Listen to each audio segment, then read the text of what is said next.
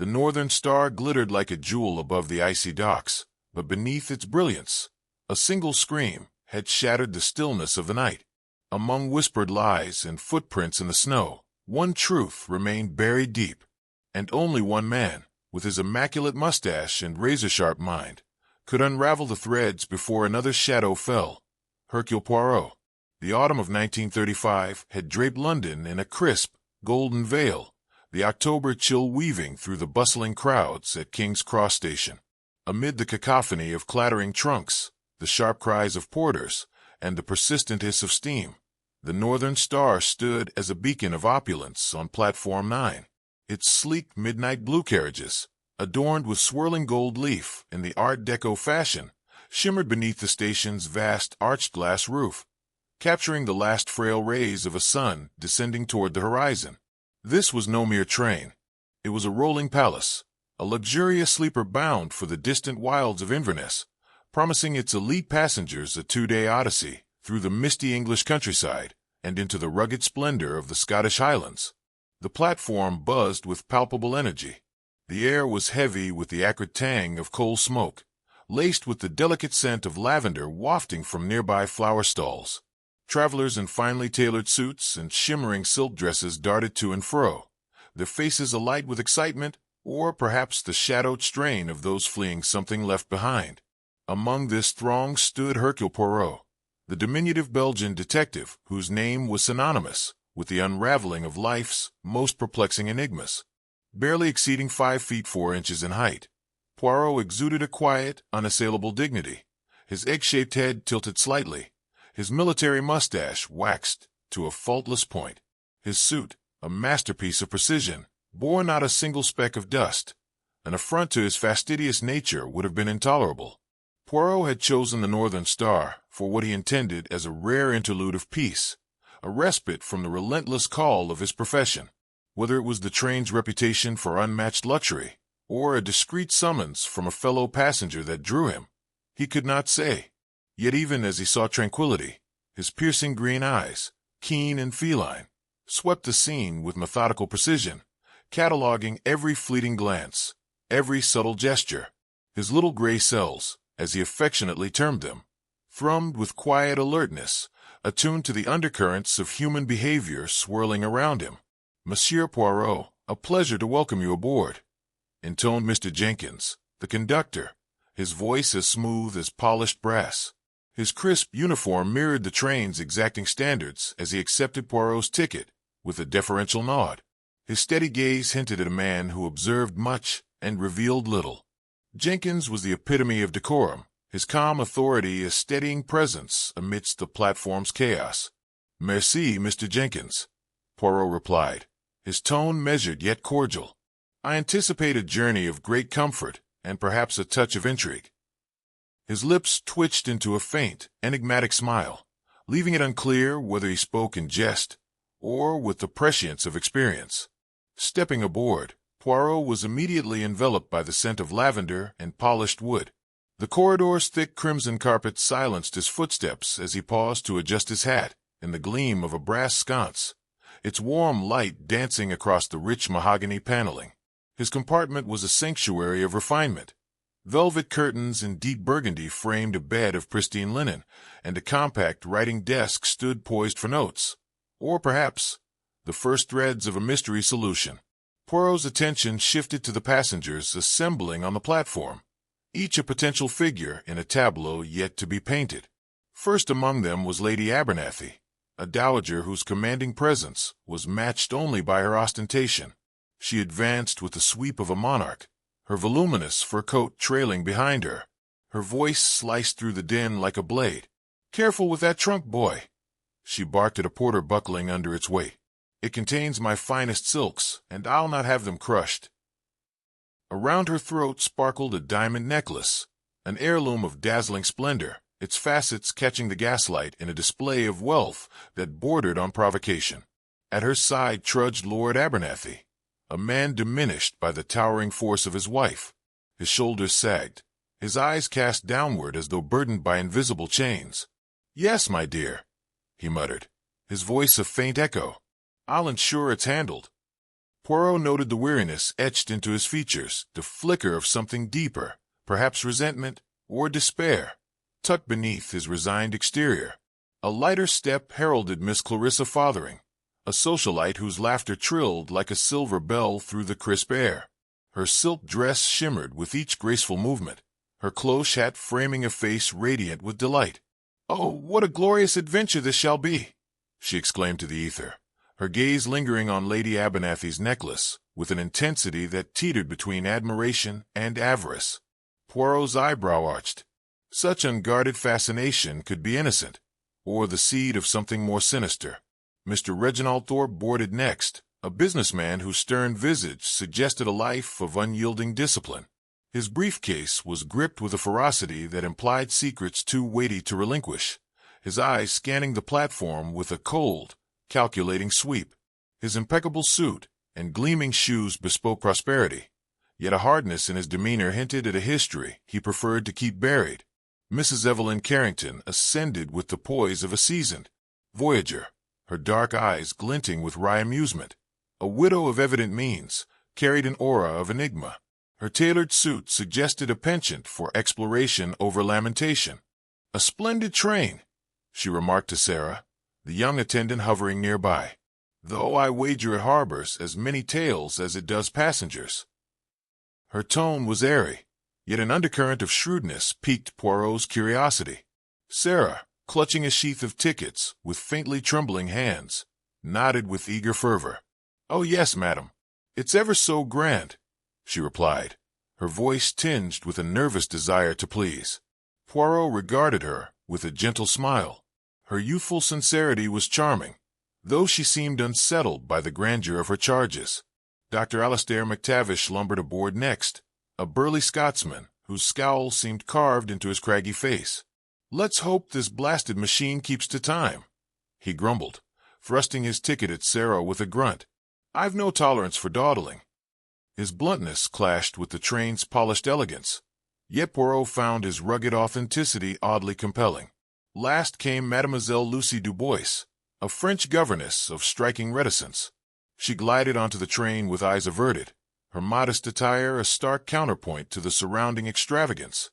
Her hands, clasped tightly before her, quivered ever so slightly, a detail Poirot's sharp vision seized upon. Was it mere anxiety, he mused, or the burden of a concealed intent? Her demure facade seemed almost too deliberate, inviting closer scrutiny. The train staff moved with seamless efficiency. Mr. Jenkins oversaw the boarding with quiet command. Sarah flitted among the passengers, her earnestness tinged with unease. Tom, the ruddy-faced steward, offered a broad grin as he hefted luggage and glimpsed through the galley door. There Mrs. Potts, her stern gaze reigning over the kitchen, held the authority of a general, a formidable custodian of the train's culinary prestige. With a piercing whistle, the Northern Star jolted to life. Steam billowed into the frigid air as it eased from the platform. Poirot settled into his compartment, the engine's rhythmic thrum blending with the distant strains of jazz that would soon filter from the lounge car. He adjusted his tie in the mirror, his mind already sifting through the gallery of characters he'd observed. The imperious Lady Abernathy, the subdued Lord Abernathy, the effervescent Miss Fothering, the guarded Mr. Thorpe, the enigmatic Mrs. Carrington, the brusque Dr. MacTavish, the reserved Mademoiselle Dubois, and the diligent staff threading through their midst. As the train gained momentum, London skyline dissolved into a tapestry of golden fields and emerald hills, tendrils of mist curling over the landscape like a ghostly embrace. Yet even as Poirot willed himself to relax, a faint shiver of disquiet stirred within him. The Northern Star's splendor was undeniable, but beneath its polished veneer, Poirot sensed a simmering tension, a whisper of mystery that no luxury could mask. The journey had only begun, and already his instincts whispered that this would be no mere voyage of leisure. As the Northern Star pressed onward through the gathering dusk, the English countryside beyond its windows melted into a shadowed blur. The last amber streaks of daylight yielded to the encroaching night. Within the train, however, a different world thrived, a realm of opulence, bathed in the golden glow of crystal chandeliers. The dining car, its tables swathed in crisp white linens and adorned with gleaming silver, hummed with the clatter of fine china and the delicate chime of glassware. From a gramophone nestled discreetly in a corner, a jazz tune unfurled its mellow strains, syncopated with the rhythmic pulse of the train. Hercule Poirot occupied a modest table near a window. A glass of cognac rested lightly in his hand. His green eyes, sharp and discerning, surveyed the room with a quiet intensity, veiled beneath half-closed lids. He had selected this spot not for the misty vistas slipping past, though they were charming in their melancholy, but for the unobstructed view it afforded of his fellow passengers. Sipping his drink, he observed them as they settled into the luxurious embrace of the northern star, their voices rising in a symphony of laughter and murmured confidences. At the heart of the dining car, Lady Abernathy presided over her table with the authority of a queen. Her diamond necklace, a cascade of light, glittered with every imperious gesture. "Mr. Thorpe," she declared, her voice ringing clear above the din, "you should have seen the Duchess at the gala, positively drowning in pearls. Poor thing, a dreadful excess." She laughed, a sharp, commanding sound, and waved a gloved hand with theatrical flair. Mr. Reginald Thorpe, seated to her left, inclined his head with a thin smile, his fingers tapping a staccato rhythm on the tablecloth. "Indeed, Lady Abernathy," he replied, his tone clipped and cautious. "Excess can be unbecoming." His gaze darted briefly to the necklace before retreating, a flicker of something unreadable crossing his composed features. Poirot noted it, a momentary lapse, subtle yet significant. Miss Clarissa Fotheringay, perched beside him, leaned forward. Her silk gown whispered as she propped her chin on a delicate hand. "But your necklace, Lady Abernathy, it's simply divine," she cooed, her eyes locked on the jewels, with a gleam that bordered on obsession. "Such radiance, it puts the very heavens to shame." Lady Abernathy's chest swelled with pride. Her fingers grazed the diamonds with a possessive touch. "An heirloom, my dear," she said, her voice rich with satisfaction. "A treasure beyond price, handed down through generations." She seemed oblivious to the hunger in Miss Fothering's stare, a detail that did not escape Poirot's scrutiny. Mrs. Evelyn Carrington, seated opposite, raised an eyebrow, her lips curving into a playful smirk. "And yet you wear it so casually, Lady Abernathy. I'd be a nervous wreck with such a prize around my neck." Her words were light, almost teasing, but Poirot detected a probing edge beneath the charm. "Nonsense," Lady Abernathy retorted, dismissing the remark with a flick of her wrist. "What's the use of wealth if not to display it? The Northern Star is a fortress of safety, isn't it, Lord Abernathy?" Her husband, hunched at her right, stirred as if startled from a private gloom. "Oh, yes, quite," he mumbled, his voice a faint thread against her stridency. He dabbed his brow with a napkin, his hand trembling slightly as he reached for his wine. Poirot observed the sheen of perspiration, the nervous dart of his eyes toward the door, a portrait of unease, painted in fleeting strokes. At the table's far end, Dr. Alastair McTavish emitted a gruff huff. "All this blather over a trinket," he growled, his Scottish burr cutting through the polished chatter. "You'd think it was the Holy Grail." He downed a gulp of whiskey, his scowl deepening as the gramophone's melody surged. "And this infernal racket, can a man not eat in peace?" Mrs. Carrington chuckled, tilting her head toward him with a twinkle in her eye. "Oh, doctor, you're too dour by half. A little jazz lifts the spirits, don't you think, Tom?" She glanced at the steward, who was topping off her glass with a cheerful grin. "Aye, madam," Tom replied, his ruddy face beaming. "It's a grand tune, keeps the night lively." He maneuvered through the aisle with a tray of decanters, his ease a warm counterpoint to the room's simmering tensions. Sarah, the young attendant, lingered near the entrance. Her hands fidgeted as she rearranged napkins with unnecessary zeal. Her wide eyes flitted from guest to guest, betraying a nervous energy that Poirot found oddly endearing. When their gazes met, he offered a small, encouraging smile, but she blushed and turned away, burying herself in her tasks. In a shadowed nook across from Poirot, Mademoiselle Lucy Dubois sat alone. Her posture was stiff as a statue, her gray dress unadorned and severe, standing in stark contrast to the room's vibrancy. Her untouched plate, suggested a mind elsewhere.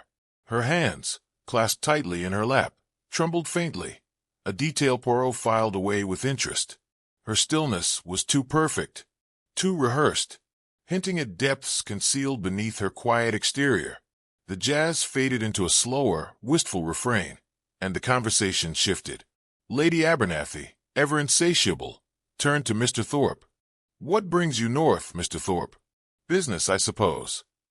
Thorpe's smile was a brittle thing, his eyes hooded. "Yes, Lady Abernathy. Opportunities in the Highlands. Investments, you might say." His brevity was a shield, and Poirot noted the tension in his grip on his fork. "Investments, is it?" Dr. McTavish interjected, his tone laced with scorn. "More like gambling with other folks' money. You'll find the North a hard mistress, Mr. Thorpe." Thorpe's jaw tightened, but he offered no reply. Instead, he addressed Miss Fothering with forced warmth.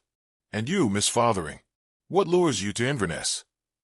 She laughed, a bright, tinkling sound that turned heads. "The scenery, naturally, and perhaps a rugged Scotsman to sweep me off my feet." Her eyes slid to Lord Abernathy, who reddened and averted his gaze. Mrs. Carrington seized the moment, leaning toward Poirot's table. "And you, Monsieur Poirot? Surely a man of your caliber isn't here merely for the views." Poirot inclined his head, his mustache quirking with amusement. "Madam, even Hercule Poirot must occasionally seek repose. The Northern Star offers a rare elegance, and I intend to enjoy it." Her eyes danced with intrigue. "Yet I suspect you're never truly at rest. Tell me, does our little assembly pique your interest?" Poirot's gaze swept the room, lingering on each face. "Every company, madam, is a puzzle of motives and masks. Some are plain to see. Others require closer study."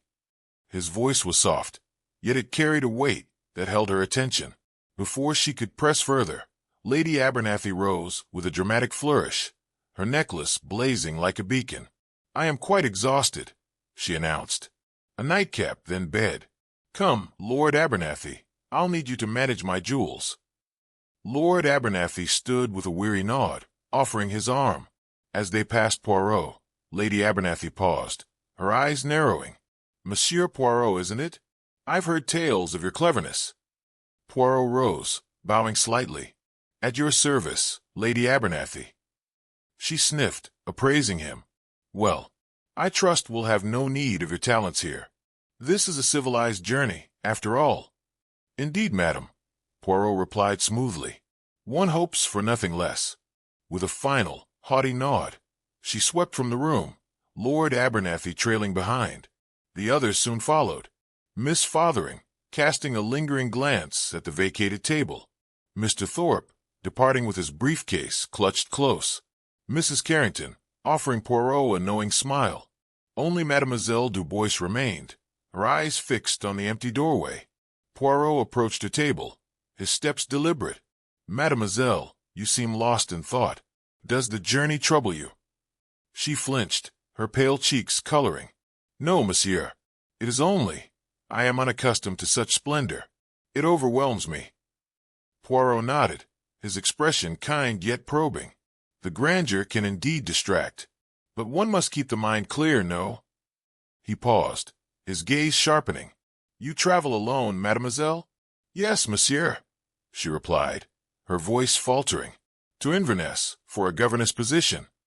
"A worthy calling," Poirot murmured, his eyes narrowing imperceptibly. "I wish you success." With a polite bow, he withdrew, the train's gentle sway accompanying his retreat to his compartment. His mind buzzed with the evening's revelations, the unease, the envy, the guarded silences. The necklace, a glittering lure that hung over them all. In her compartment, Lady Abernathy unclasped the necklace, placing it within an ornate case.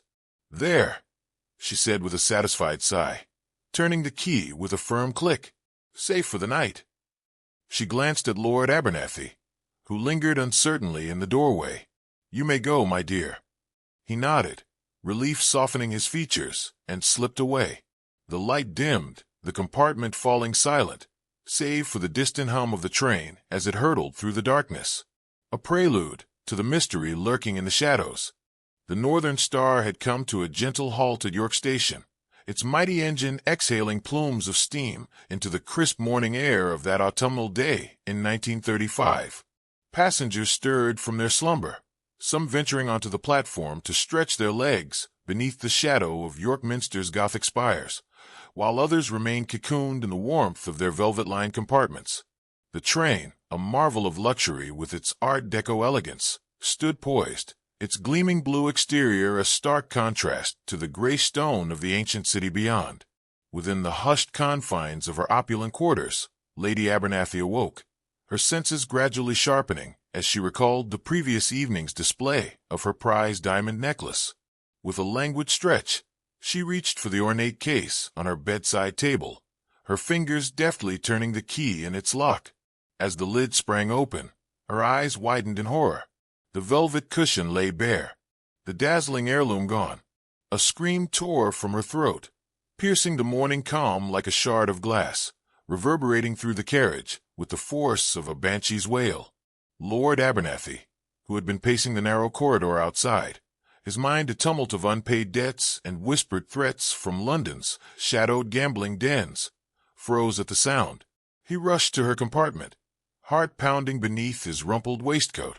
"Elena, what's happened?" he demanded, though a sinking dread already coiled within him. She thrust the empty case toward him, her hands trembling as if possessed. "It's gone, Charles. Someone has taken it." Her voice quivered with a mixture of fury and despair, her face drained of color, save for the feverish spots upon her cheeks. He felt a cold sweat prick his brow. "But how? The door was locked, wasn't it?" he stammered, his words faltering as he grasped the futility of the question. Sarah, the young attendant, was passing by with a tray laden with porcelain teacups when the scream arrested her steps, nearly sending the china crashing to the plush carpet below. She hurried to the compartment, her youthful face pale with alarm.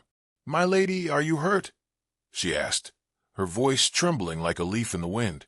Lady Abernathy, too distraught to form a reply, merely pointed a quivering finger at the empty case. Lord Abernathy, summoning what authority he could muster, turned to the girl. "Sarah, find Mr. Jenkins at once. Tell him there's been a theft." Sarah nodded, setting the tray down with a clatter that echoed her unease, and dashed off down the corridor, her footsteps a staccato beat against the muffled hum of the train. Mr. Jenkins, the impeccable conductor, was in the dining car overseeing the meticulous arrangement of breakfast settings when Sarah burst upon him, breathless and flushed. "Mr. Jenkins, sir. Lady Abernathy's necklace. It's been stolen." He turned, his calm demeanor fracturing into a mask of concern. "Stolen? From her compartment?" he pressed, setting aside his clipboard with a deliberate motion. "Yes, sir. She's in a dreadful state." Sarah panted. Mr. Jenkins straightened his uniform, his mind racing with the specter of scandal that could tarnish the Northern Star's pristine reputation. "This is most irregular," he murmured, then followed Sarah with purposeful strides, the weight of his responsibility settling upon his shoulders like a mantle. Upon entering Lady Abernathy's compartment, Mr. Jenkins was met with a scene of disarray. The dowager paced like a caged lioness, her silk robe billowing behind her, while Lord Abernathy stood helplessly by, wringing his hands as though they might squeeze forth a solution. "Mr. Jenkins," Lady Abernathy cried, her voice rising to a crescendo, "my diamond necklace has been taken. It was locked in this case, and now it's gone." Mr. Jenkins approached the case, his practiced eye examining its polished surface. "Was the lock tampered with, my lady?" he inquired, his tone soothing yet firm. She shook her head vigorously. "No, it was secure. I checked it myself last night before retiring." Mr. Jenkins bent closer, inspecting the lock and the compartment door with a meticulous gaze. No scratches marred the brass. No splintered would betray a forced entry. "Curious," he murmured, his brow furrowing. "It seems the thief possessed a rare skill." He straightened, addressing Lady Abernathy with measured calm. "Rest assured, my lady, we shall do all in our power to recover your treasure. But given the peculiarity of this affair, I propose we enlist a professional." He paused, recalling the distinguished passenger aboard. Monsieur Hercule Poirot is with us. His expertise might prove invaluable. Lady Abernathy's eyes widened, a spark of hope igniting amidst her distress. The detective? Yes, fetch him at once, she commanded, her voice regaining its imperious edge. In his own compartment, Hercule Poirot was savoring a cup of hot chocolate, a morning ritual that soothed his fastidious soul. The train's gentle stillness at York had lulled him into a rare moment of repose. His neatly pressed suit and gleaming shoes were a testament to his unyielding standards. A knock at his door broke the tranquility. "Entrez," he called, setting down his cup with a delicate clink. Mr. Jenkins entered, his expression grave yet composed. "Monsieur Poirot, I regret to disturb you, but a serious matter has arisen." He paused, then added with weight, "Lady Abernathy's diamond necklace has been stolen from her locked compartment." Poirot's eyebrows rose, a gleam of interest flickering in his cat-like eyes. "Stolen, you say? From a locked compartment?" He stroked his mustache thoughtfully, the prospect of a puzzle stirring his restless mind. "That is most intriguing. And you wish for me to investigate?" Mr. Jenkins nodded earnestly. "Yes, monsieur. The Northern Star prides itself on its security, and a scandal of this nature could prove ruinous. Your discretion and skill would be a godsend." Poirot rose, smoothing his jacket with a practiced hand. "Very well, Mr. Jenkins. I shall see what may be done. Lead the way." They traversed the corridor, where curious passengers had begun to gather, Miss Fotheringay peering with feigned concern, Mr. Thorpe watching with guarded intensity, Mrs. Carrington offering a curious smile, and Dr. McTavish muttering about the fuss. Sarah hovered nearby, her hands twisting nervously in her apron. Entering the compartment, Poirot was met by Lady Abernathy's frantic gaze. "Monsieur Poirot, thank heavens you're here. My precious necklace, it's vanished," she exclaimed, clutching the empty case as though it might yet yield its secret. Poirot bowed slightly, his demeanor calm, yet commanding. "Madam, I am at your service. Pray, recount for me all you remember of last night and this morning." "I locked the necklace in this case before retiring," she began, her voice quaking, "and I slept soundly through the night. When I awoke, I went to check it, and it was gone." Poirot nodded, his eyes sweeping the room with surgical precision. "And the door to your compartment, was it locked as well?" "Yes, of course," she replied, indignation flaring. "I always secure it at night." Poirot moved to the door, inspecting the lock and frame. No marks, no scratches, only a scuff mark. Nothing to suggest intrusion. He turned to the case upon the bed, its lock intact, the key still in Lady Abernathy's trembling grasp. "Curious," he murmured, his voice a soft ripple in the tense air. "A thief who leaves no trace." He fixed his gaze upon her. "Madam, did you hear any unusual sounds during the night?" She frowned, searching her memory. "No, nothing beyond the train's hum. Perhaps a creak, but that's all." Poirot turned to Lord Abernathy, who shifted uneasily under the scrutiny. "And you, monsieur? Did you notice anything amiss?" "I was in my own compartment, attempting sleep after wandering in the corridor for an hour or so," he replied, his voice low and strained. "I heard nothing." Stepping into the corridor, Poirot noted the onlookers. Mademoiselle Dubois stood apart, her expression unreadable, her hands clasped with a stillness that struck him as deliberate. The murmur of speculation rose among the passengers, a tide of whispers that swelled as the train jolted forward, resuming its northward journey.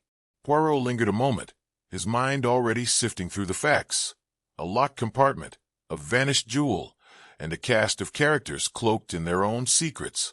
The game is afoot, he thought, a faint smile curling his lips as the Northern Star steamed onward, its elegance now shadowed by the enigma within. The Northern Star steamed onward through the fog-draped countryside, its steady hum a backdrop to the meticulous workings of Hercule Poirot's mind.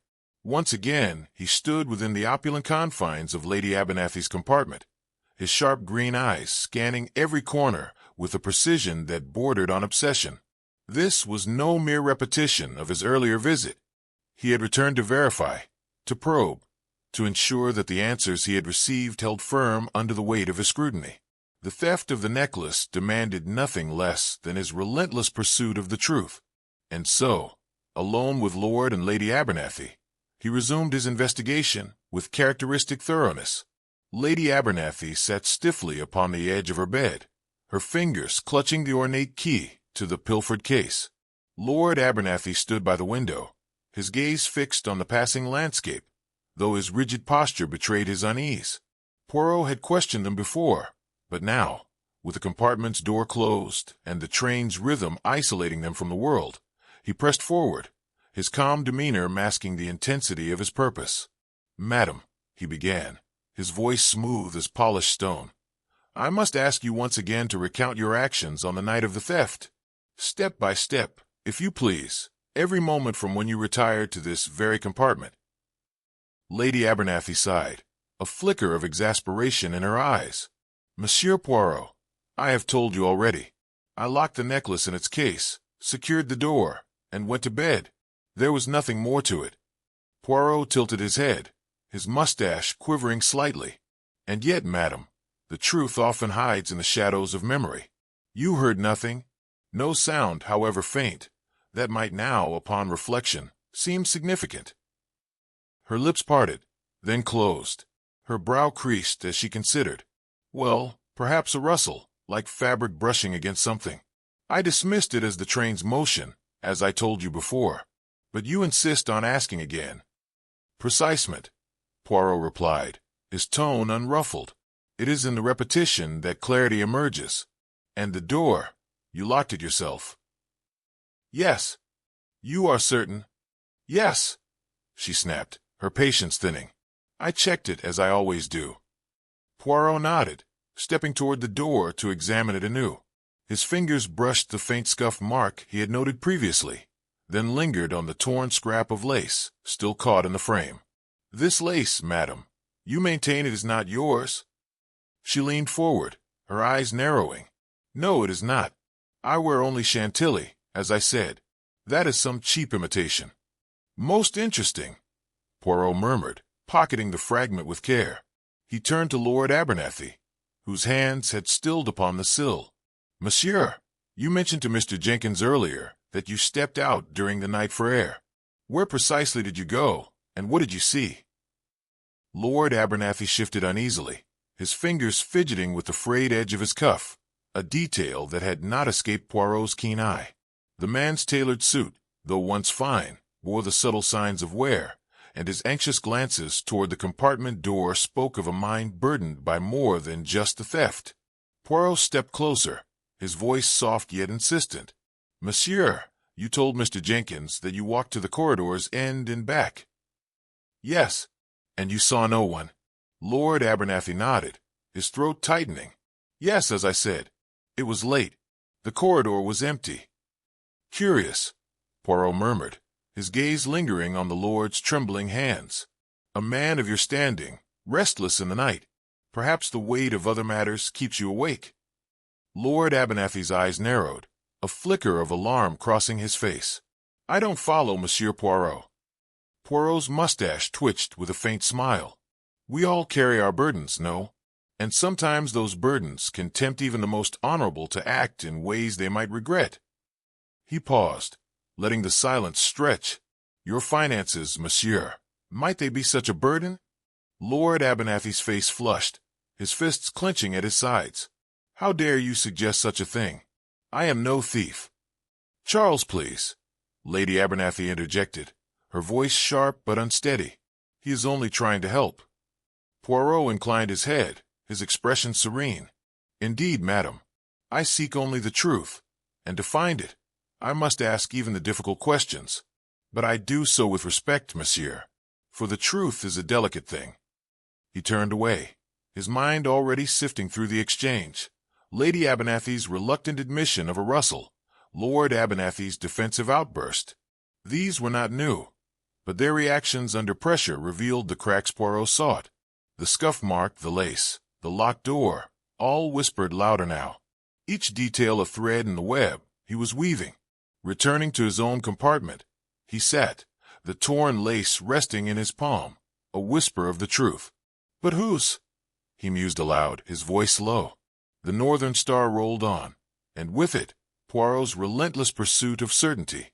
The Northern Star steamed through the misty English countryside, its luxurious carriages swaying gently as it bore northward toward Edinburgh. Within its polished confines, Hercule Poirot sat in his compartment, the rhythmic clatter of the wheels a soothing accompaniment to the ceaseless workings of his little gray cells.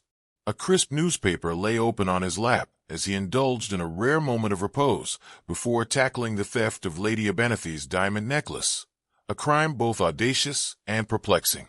His eyes skimmed a headline: "Mysterious theft at the British Museum. Priceless artifact vanishes without a trace."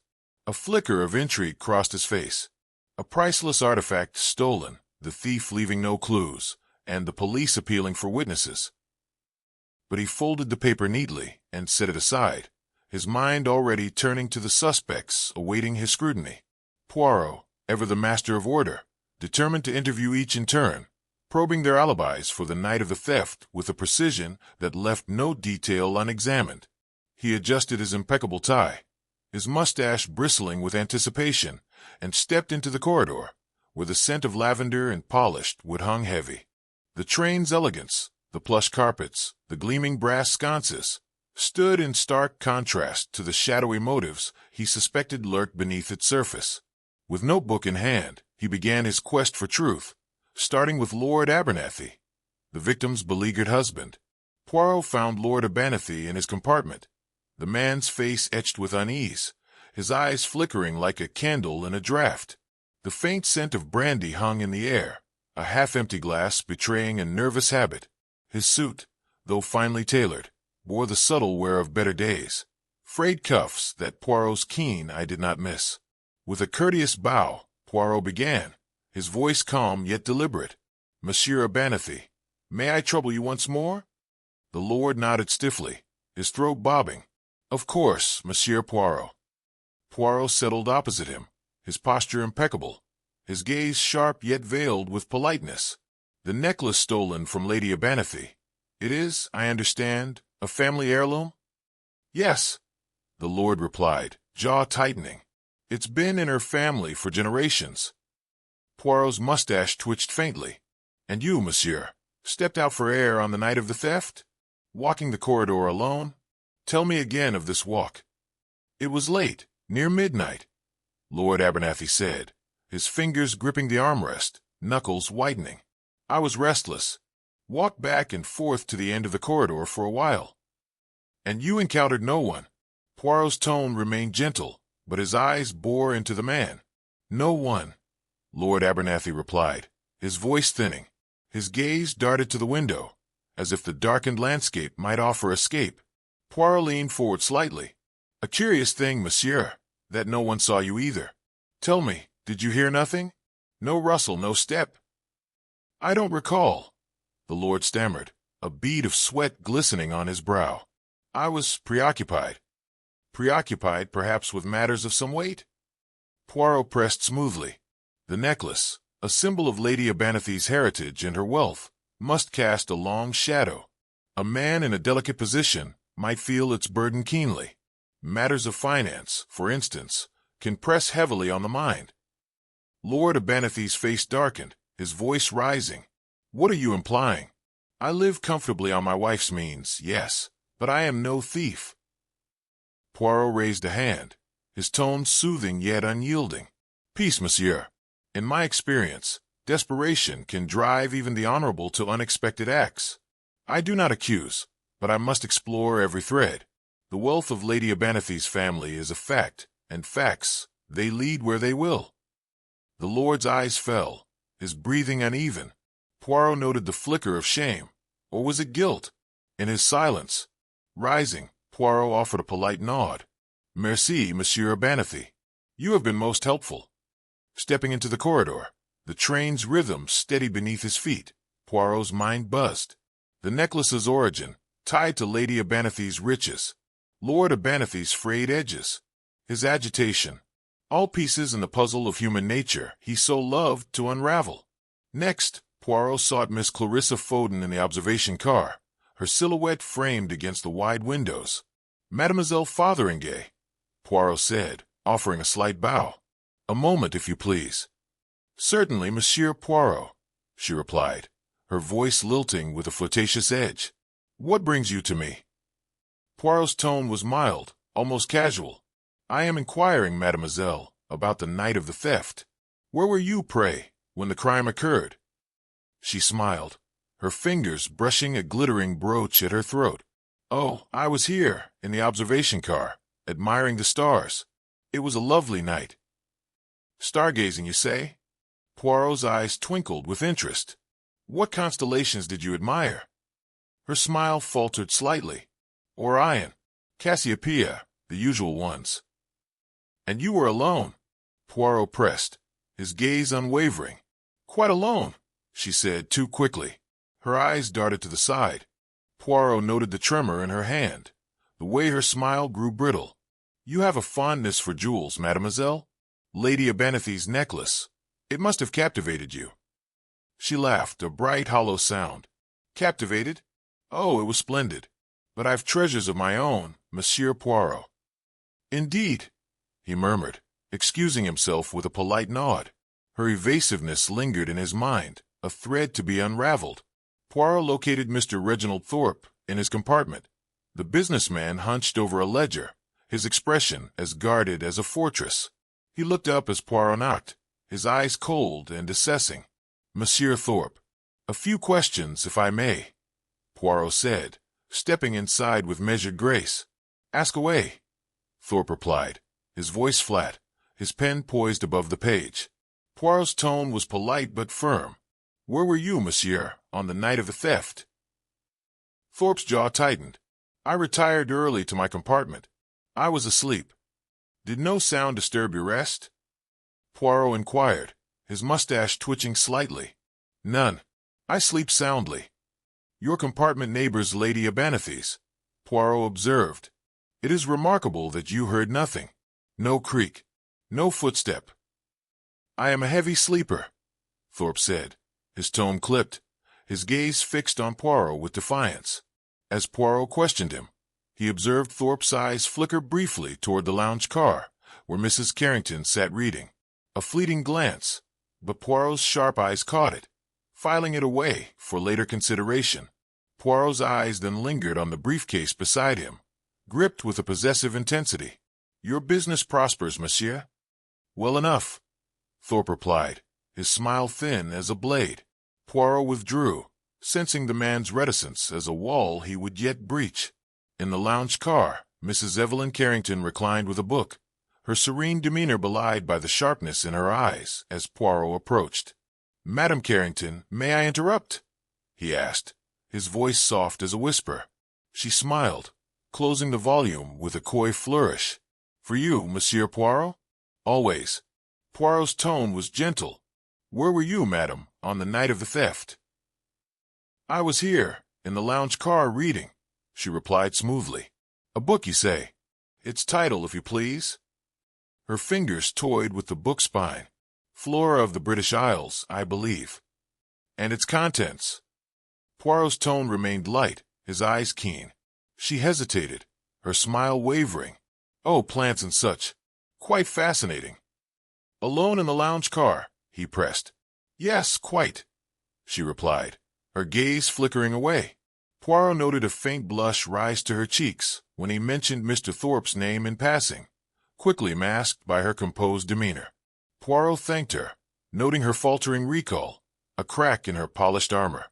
Dr. Alastair MacTavish was in his berth, a bottle of whiskey his sole companion, when Poirot knocked. The Scotsman's scowl deepened as he granted entry. "What now, Monsieur Poirot?" he growled, his brogue thick with irritation. Poirot's voice was calm. "Where were you, doctor, on the night of the theft?" "In my berth, nursing a headache with whiskey," MacTavish snapped. "Can anyone confirm this?" Poirot asked, his eyes glinting. "No, and why should they? I was alone." Poirot nodded, filing away the bitterness that laced the man's words. "You harbor little love for these passengers, doctor. Lady Abanethy perhaps offends you." "She's a pining fool," he barked. "But I didn't take her trinket."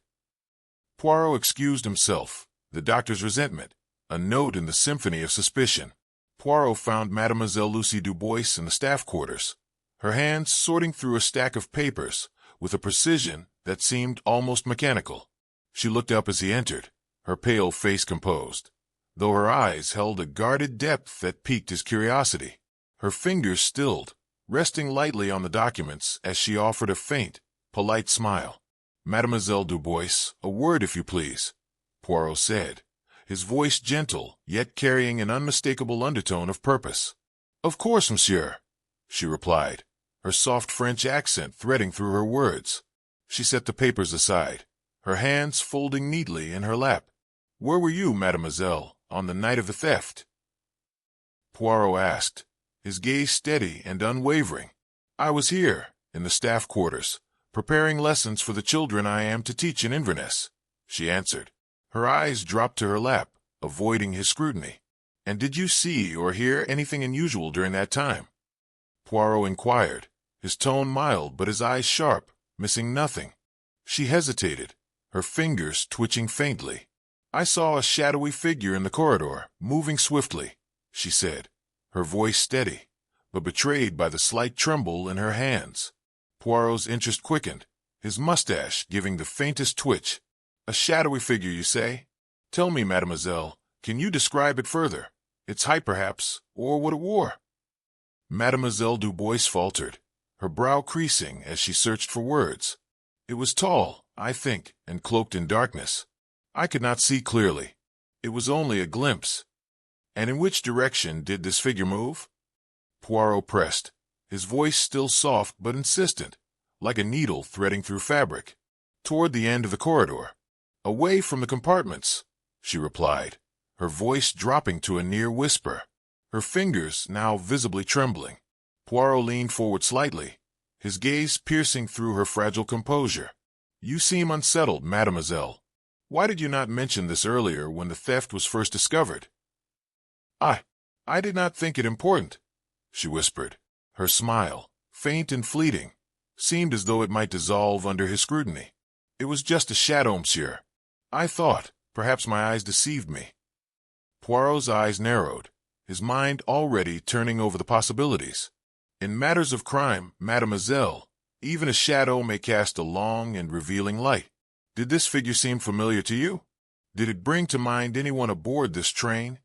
She shook her head swiftly, too swiftly, Poirot noted, her hands clenching in her lap. "No, monsieur.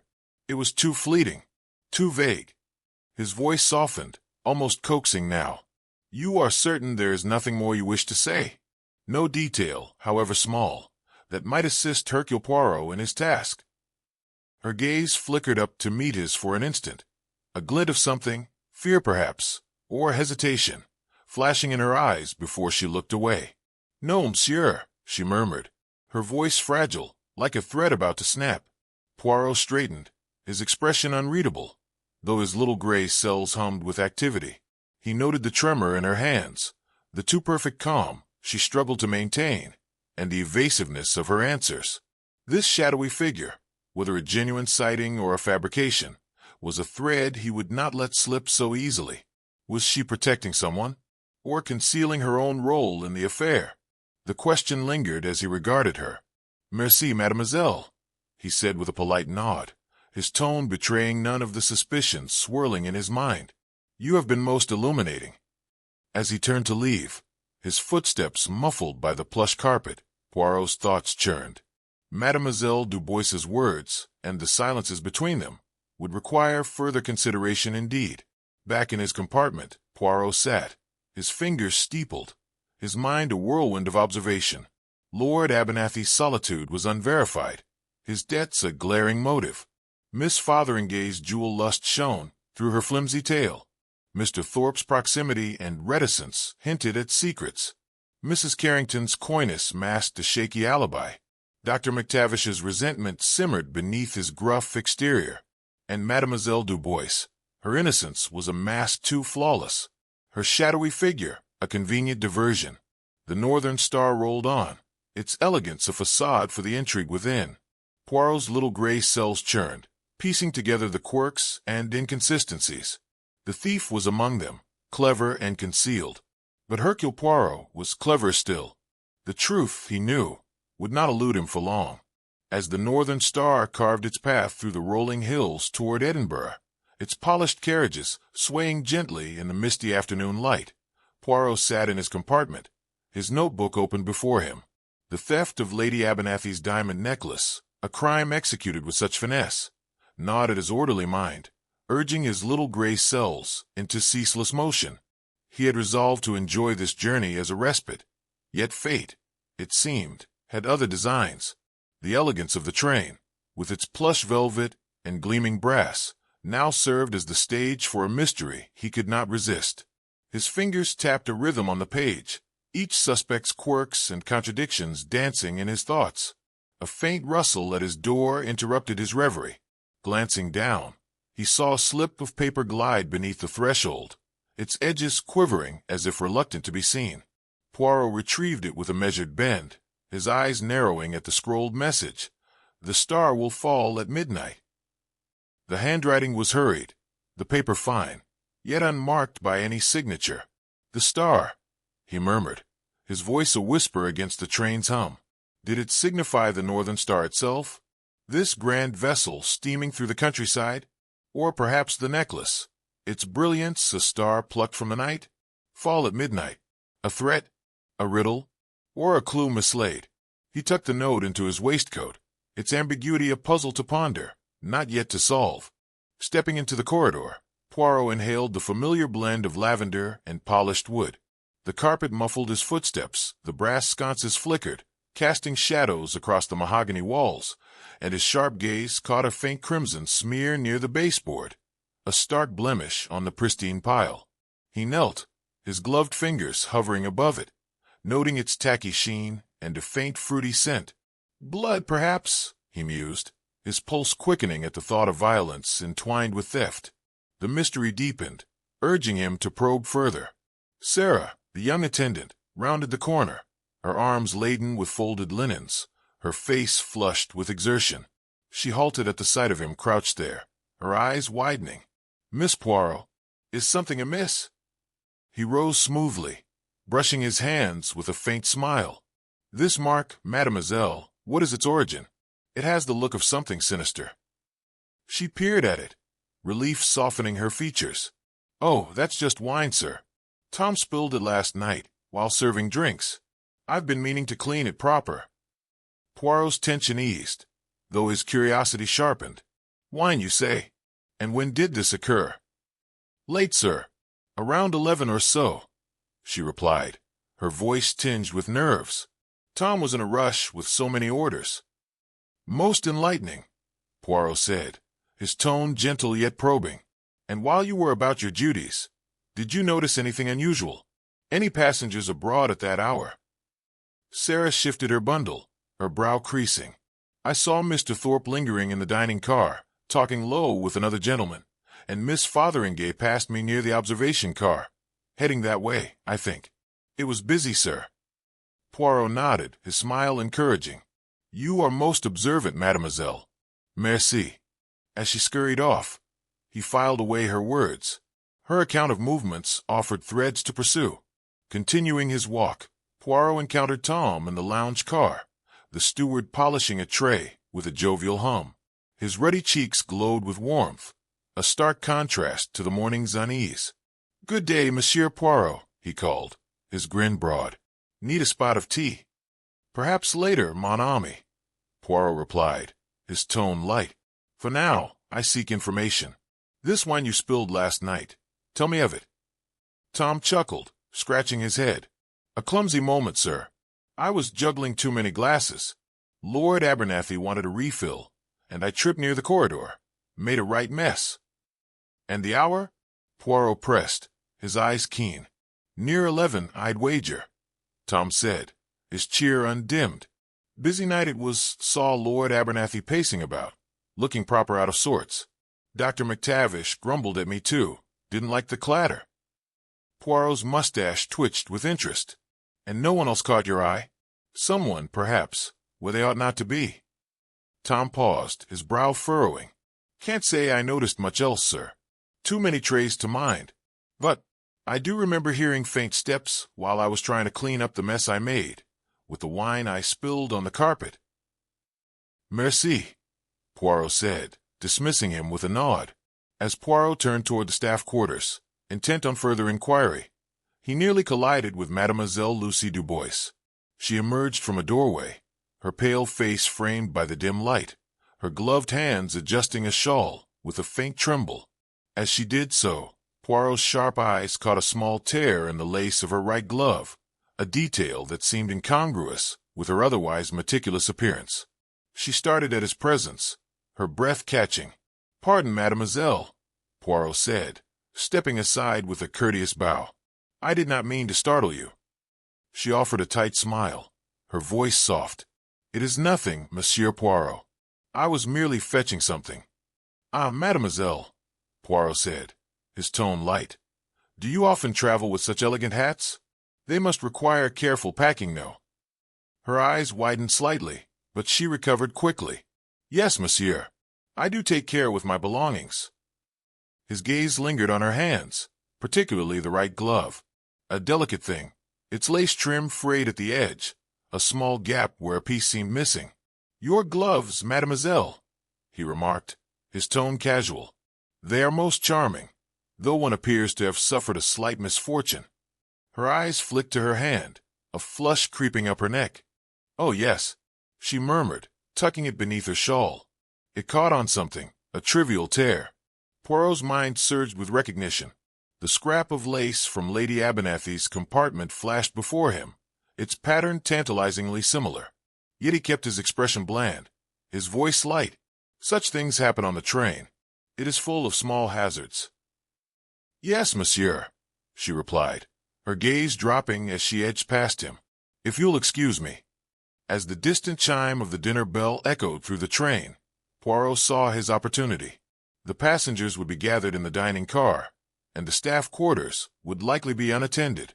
With a final glance to ensure the corridor was clear, he moved swiftly toward Mademoiselle Dubois's compartment, his mind alight with the possibilities that lay hidden within her carefully packed belongings. Some time later, Poirot emerged from the staff quarters, his expression thoughtful. He had found something, though what? He kept to himself for now. The pieces of the puzzle were beginning to align, and he felt the familiar thrill of the chase. The northern star pressed on, its whistle a distant cry against the gathering dusk. Poirot stood in the corridor, the cryptic note, the frayed glove, and now the discovery in Dubois's compartment, swirling in his thoughts. Clues mingled with deception, each a piece of the enigma he pursued. Lord Abernathy's agitation, Sarah's and Tom's glimpses of night, Mademoiselle Dubois's quiet unease, all danced before him. The puzzle neared completion with every mile. The truth beckoned, and Hercule Poirot, ever the hunter of order, vowed to chase it through the shadows. The northern star thrummed through the enveloping darkness of the second night, its gleaming carriages cutting a path toward the misty highlands. Within the dining car, a scene of taut anticipation unfolded. Beneath the swaying chandelier, its crystal prisms scattering light across the assembled passengers. The tables, stripped of their usual finery, stood bare, the white linens folded away to sharpen the gravity of the moment.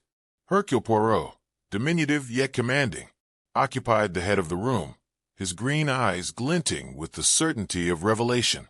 His waxed mustache bristled as he surveyed the gathering, each face a study in concealed emotion.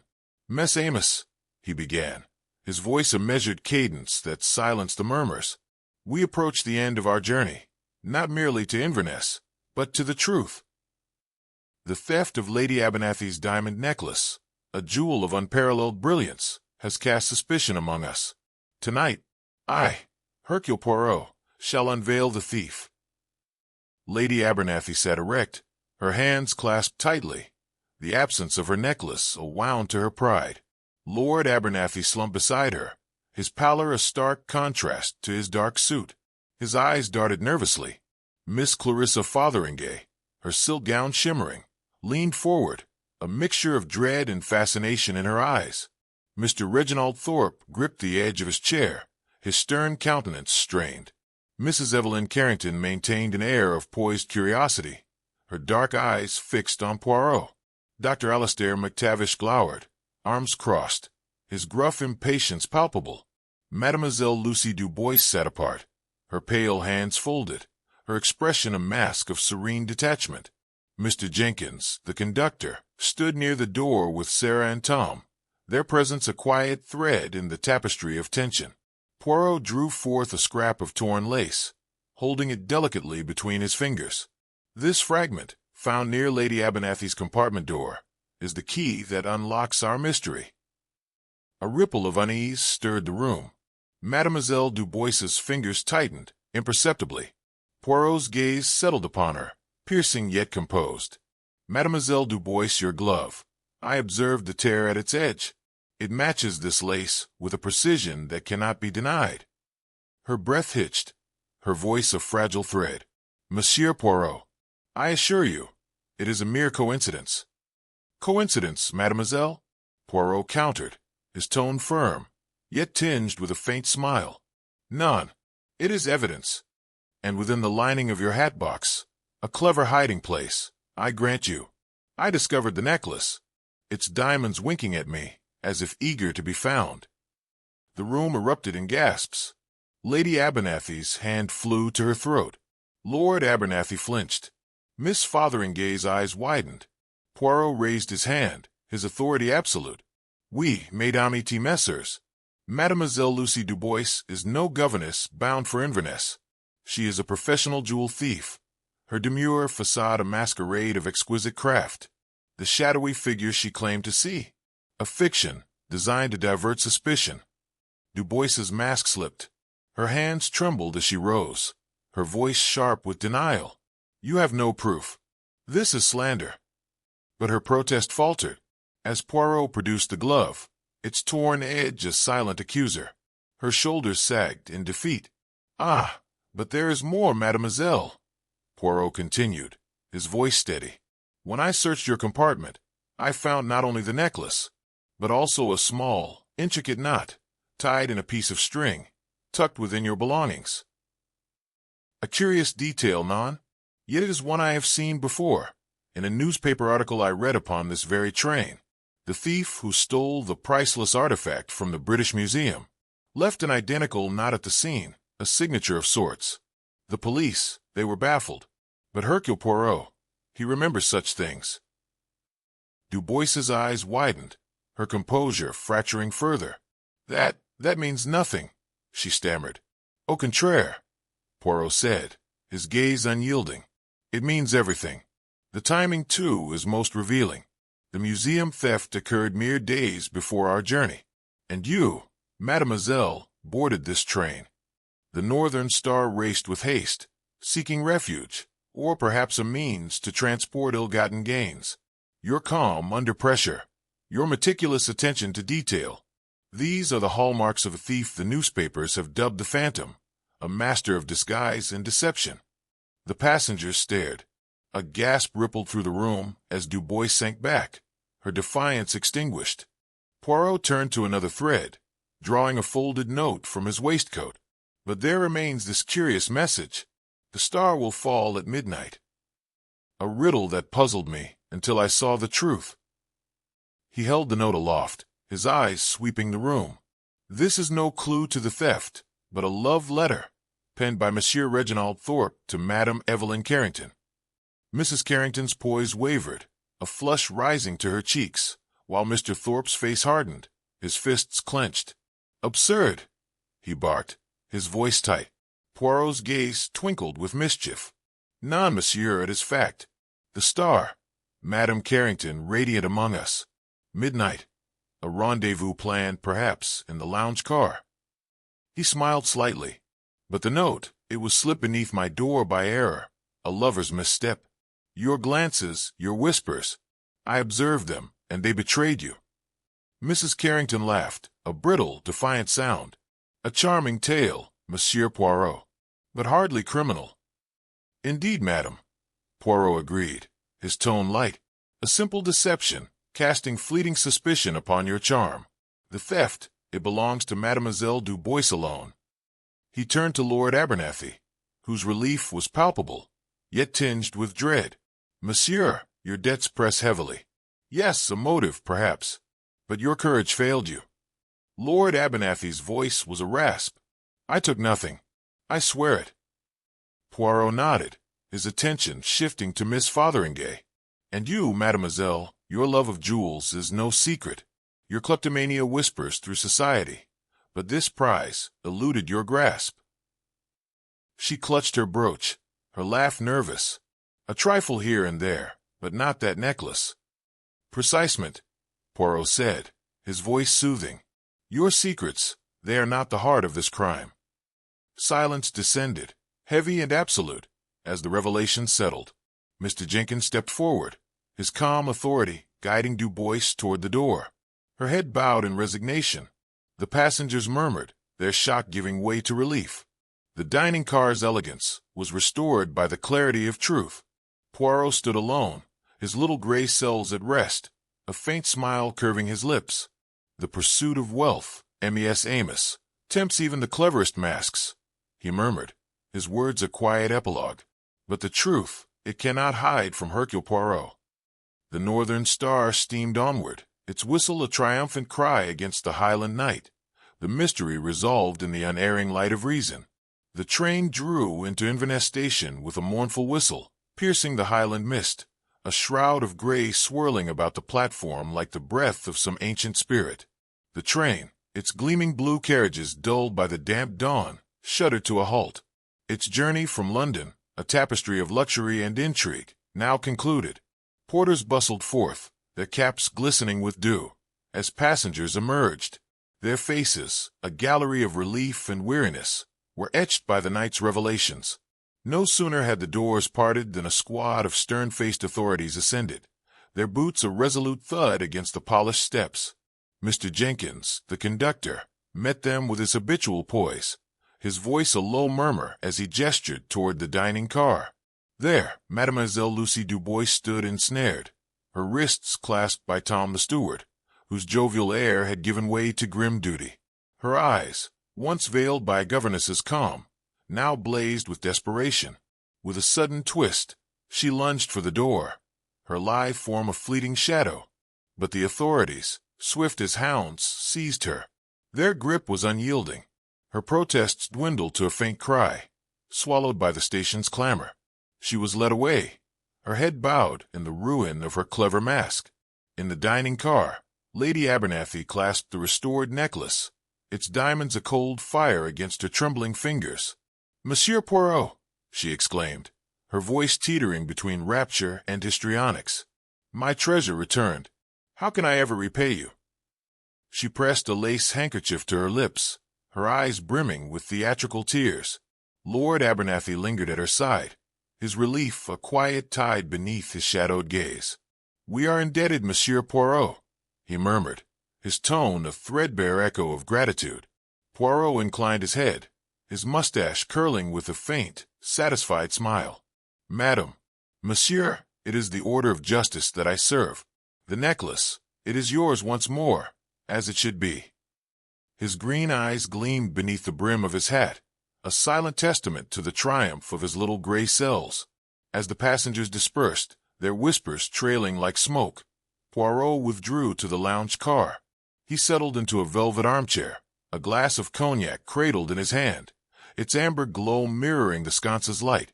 Beyond the window, the Highlands rose in rugged majesty, their peaks cloaked in mist, a mute chorus to the drama's end. He sipped, his mind alight with reflection. "The pursuit of wealth," he mused, his voice a soft ripple in the stillness. "It tempts even the cleverest of masks. But the truth mais non. It may not elude Hercule Poirot." In the corridor beyond, Mrs. Evelyn Carrington and Mr. Reginald Thorpe passed, their steps a quiet duet. Their eyes met, a fleeting, electric glance laden with the unspoken weight of their secret romance. No word passed between them, yet the air hummed with their shared history, a tender thread woven into the journey's fabric. They parted without a gesture, vanishing into the throng. Their liaison, a whisper lost to the mist. Poirot observed their retreat, a twinkle of amusement in his gaze. The northern star stood silent, its elegance reborn, the mystery unraveled by his unerring hand.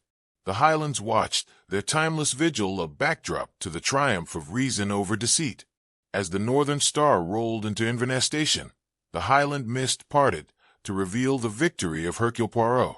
The stolen necklace gleamed once more in Lady Abernathy's grasp, its thief, Mademoiselle Lucy Dubois, unmasked at last. A master of disguise, her clever ruse undone by Poirot's relentless reason. A tale crafted as homage to the immortal stories of Agatha Christie. The passengers disembarked, their secrets laid bare, while the train stood silent, its elegance restored. We hope this journey through mystery and luxury has captivated you.